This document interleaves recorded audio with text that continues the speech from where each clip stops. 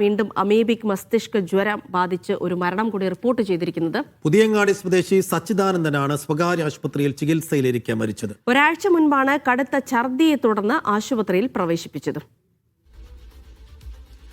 അനീസ് അലി വിശദാംശങ്ങൾ നൽകും. അനീസ് അലി, ഈ സച്ചിദാനന്ദന്റെ മരണം അമീബിക് മസ്തിഷ്ക ജ്വരം തന്നെയാണ് കാരണമെന്ന് ഇപ്പോൾ സ്ഥിരീകരിക്കപ്പെട്ടിട്ടുണ്ടോ? എപ്പോഴാണ് ഇദ്ദേഹത്തെ ആശുപത്രിയിൽ പ്രവേശിപ്പിച്ചത്? രോഗലക്ഷണങ്ങളൊക്കെ നേരത്തെ തന്നെ കാണിച്ചിരുന്നോ? എന്താണ് ഡോക്ടർമാർ ഇത് സംബന്ധിച്ച് പറയുന്നത്?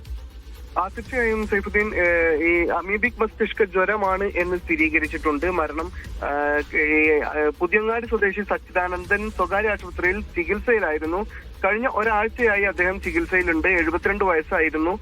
ഒരാഴ്ച മുമ്പ് ഇദ്ദേഹത്തിന് കടുത്ത ഛർദിയെ തുടർന്നാണ് ആശുപത്രിയിൽ പ്രവേശിപ്പിച്ചത്. ഇതേ തുടർന്ന് പരിശോധനകളൊക്കെ നടത്തി. അതിനുശേഷം ഇന്നലെ വൈകുന്നേരത്തോടുകൂടി, രാത്രിയോടുകൂടി മരണമുണ്ടായി.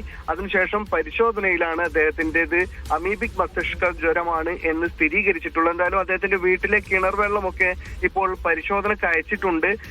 പ്രാഥമികമായി ഈ വിലയിരുത്തുന്നത് അമീബിക് മസ്തിഷ്ക ജ്വരം തന്നെയാണ് എന്നാണ്. എന്തായാലും ഈ വർഷത്തെ ആദ്യത്തെ ഇത്തരത്തിലുള്ള ഒരു മരണമാണ് ഇപ്പോൾ റിപ്പോർട്ട് ചെയ്തിരിക്കുന്നത്. ജില്ലയിൽ ആശങ്കാജനകമായ സാഹചര്യം നമ്മൾ കഴിഞ്ഞ വർഷം വലിയ തോതിൽ റിപ്പോർട്ട് ചെയ്തിരുന്നതാണ്. പക്ഷെ അതിനുശേഷം അത്തരത്തിൽ നമുക്ക് ആശങ്കപ്പെടേണ്ടതില്ല എന്നൊരു ഘട്ടം എത്തിയിരുന്നു. പക്ഷെ ഇപ്പോൾ അതിന് മറ്റൊരു വാർത്ത കൂടി വരുന്നതാണ് ആരോഗ്യ മേഖലയെ ആശങ്കയിലാക്കുന്നത്. എന്തായാലും കാര്യമായ പ്രവർത്തനങ്ങൾ ഇപ്പോൾ അതുമായി ബന്ധപ്പെട്ട് ആരോഗ്യവകുപ്പ് നടത്തിക്കൊണ്ടിരിക്കുന്നുണ്ട്. പ്രാഥമികമായി ഇതിന്റെ വെള്ളം പരിശോധനയ്ക്ക് അയക്കുന്നു. എവിടെ നിന്നാണ് ഈ മസ്തിഷ്ക ജ്വരം പിടിപെട്ടത്, അതിന്റെ കാരണം തുടങ്ങിയ കാര്യങ്ങളൊക്കെയാണ് അന്വേഷിക്കുന്നത്. പ്രദേശത്ത് വലിയ ജാഗ്രത ഈ സമയത്തുണ്ട്. സൈഫുദ്ദീൻ.